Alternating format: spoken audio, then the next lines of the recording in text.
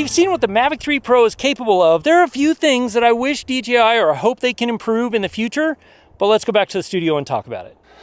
So let's start with the good. But first you need to know that I purchased this drone with my own money. Nobody sent it to me, and because I, didn't get a pre-release copy or anything like that, and I was also on a work trip that was going all over the country and actually a couple of other locations around the world, I just decided to take my time with this review, really test this drone so I could get a good feel of what was great about it and also what the areas that still need improvement, because there are a few. But we're gonna start with the strengths of this drone. And I know this has been covered a lot, but I've gotta tell you that I love the main camera on this drone. It's a 4/3 inch sensor. It shoots up to 5.1K, up to 50 frames a second, but you can shoot 4K 60 or 4K 120 on it.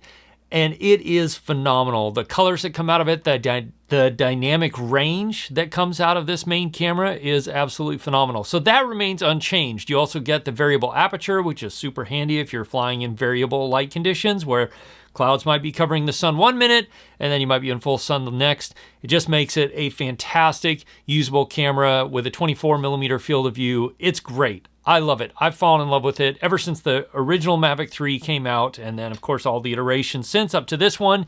It has been absolutely phenomenal to film with this drone using this main camera. And then of course, since the Mavic 3 was released, we've had this 162, now it's 166mm 7x zoom lens, or actually telephoto lens. But there are some improvements on this particular drone, is that now the aperture has been changed from f4.4 to f3.4. So it's gonna perform a little bit better in low light, not a lot, but a little bit better. Because they've changed the optics, there definitely is an improvement over the original telephoto camera. I'm not sure what they changed, the lens setup, something like that, maybe how they were making the lenses, but there definitely is a little bit better optical quality coming out of the super telephoto lens on this, or camera on this drone at the 7X level.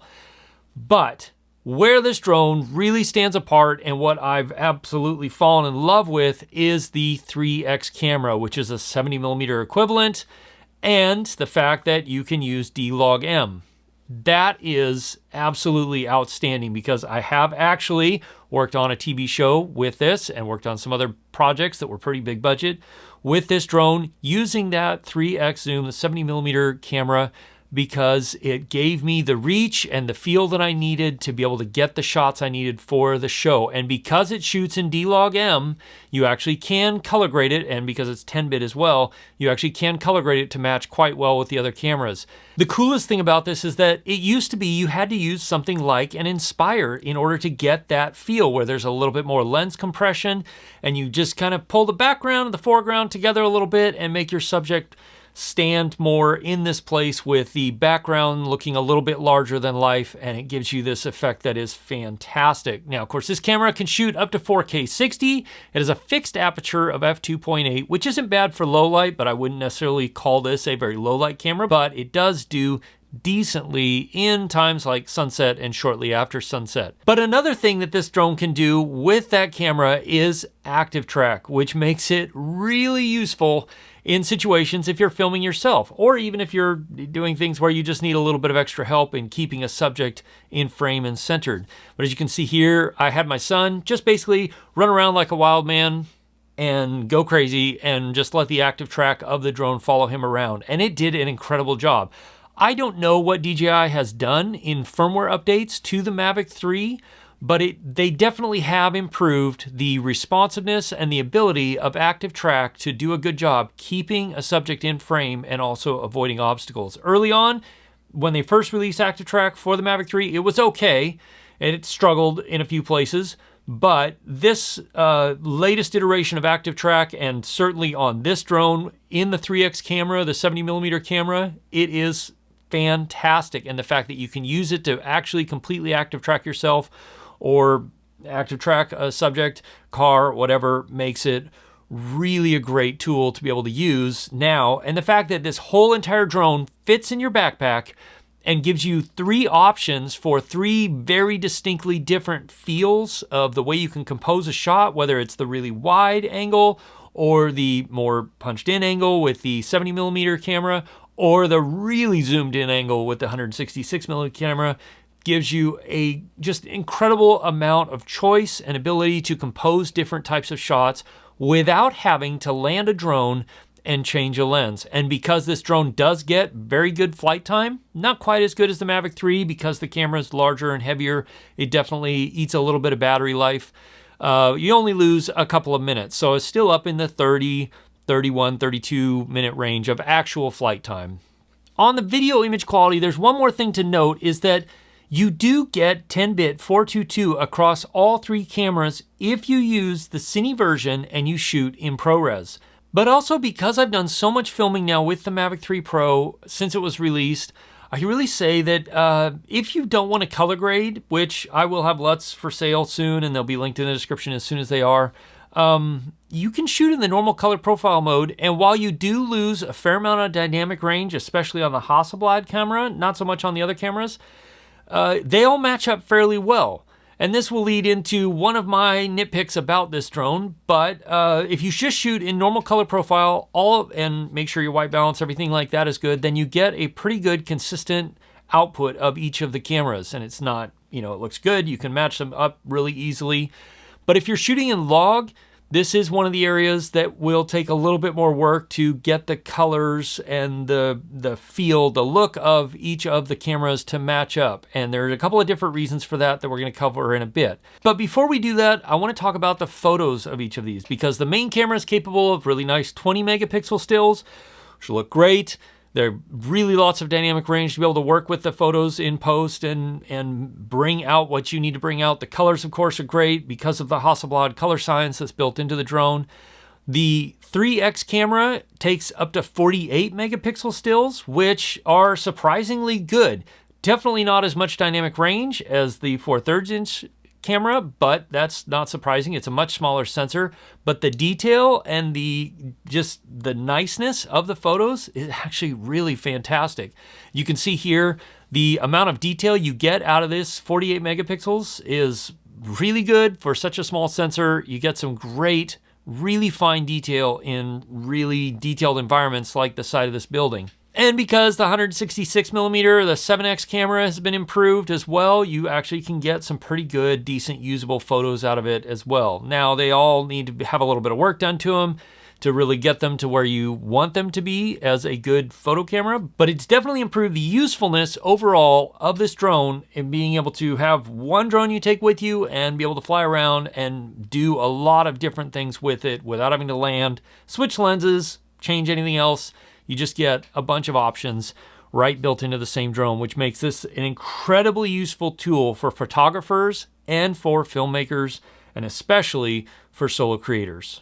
There are a few things that I really wish DJI could improve in future firmware updates of this drone, and I think they could do almost all of them through firmware updates. One is give us control over the in-camera sharpening on camera 2 and 3, the 3X camera and the 7X camera. Both of them have a lot of processing going on, no doubt to deal with the sensor noise, image issues that come off of the sensor and the optics maybe, but give us control over the sharpening of the in-camera image, the image coming out of each of the cameras in somewhere where we can adjust it so that we don't have to deal with the over sharpened image. I found that actually putting a little bit of a filter on there, a Gaussian filter, and like a -1, -2 to bring the sharpening down actually gave me an image more along the lines of what I actually want.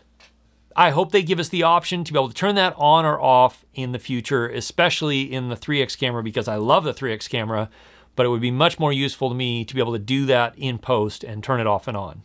The other thing that I've had issues with this drone is what happens when you're starting to fly sideways or doing an orbit motion or something like that, is the gimbal will compensate for that and start to move one direction or the other, which is what it should do. But because this gimbal is so much larger, it has a much less range of motion before it actually hits the side of the drone.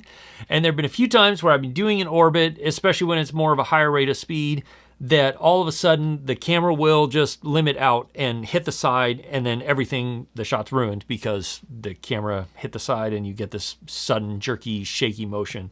And I've also known it too when I've been flying and then all of a sudden stop and decide to do a quick yaw motion where I'm, spinning the drone on axis to be able to line up for a different shot, where the camera will do that as well. It'll hit hard and especially if I'm panned down. Like there's been a couple of times where I thought the drone got hit by a bird or something like that, because the way the gimbal reacted, it really freaked out and kind of freaked me out.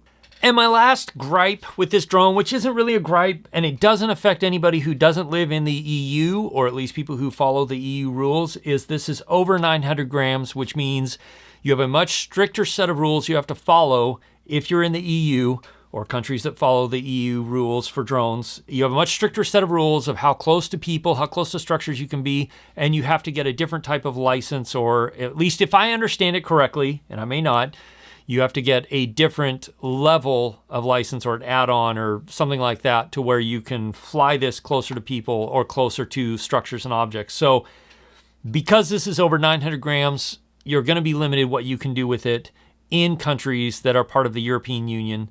Again, it doesn't really affect us here in the US, but it's something you need to be aware of. When I first saw this drone being leaked, I was not sure what to think, because the whole 3-camera thing just really was throwing me. But after using it for a month and a half or however long it's been, I gotta say I've fallen in love with this thing, both for photos, for video work.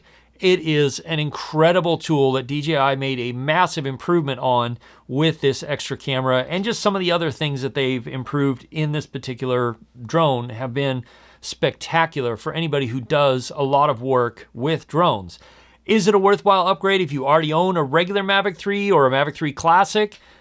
Probably not. If you do a ton of commercial work with it, then probably. For me, it is definitely, because some of the TV shows I work on or some of the other things I work with, that 3X camera has been absolutely phenomenal. And that's why I got the Cine version, is because then you get ProRes and you get 10-bit across all of the cameras, which means they're all a lot more useful. Now, to get the best settings out of your Mavic 3, both for flying and for camera stuff, you're gonna wanna watch this video right here where I go through and break down all the settings that I use on this drone. I'll see you over there. As always, if you have questions, ask me in the comments below, or join my live stream, which happens Wednesday nights at 4 p.m. Alaska time, 8 p.m. Eastern. I'll see you again soon in the next video. Cheers.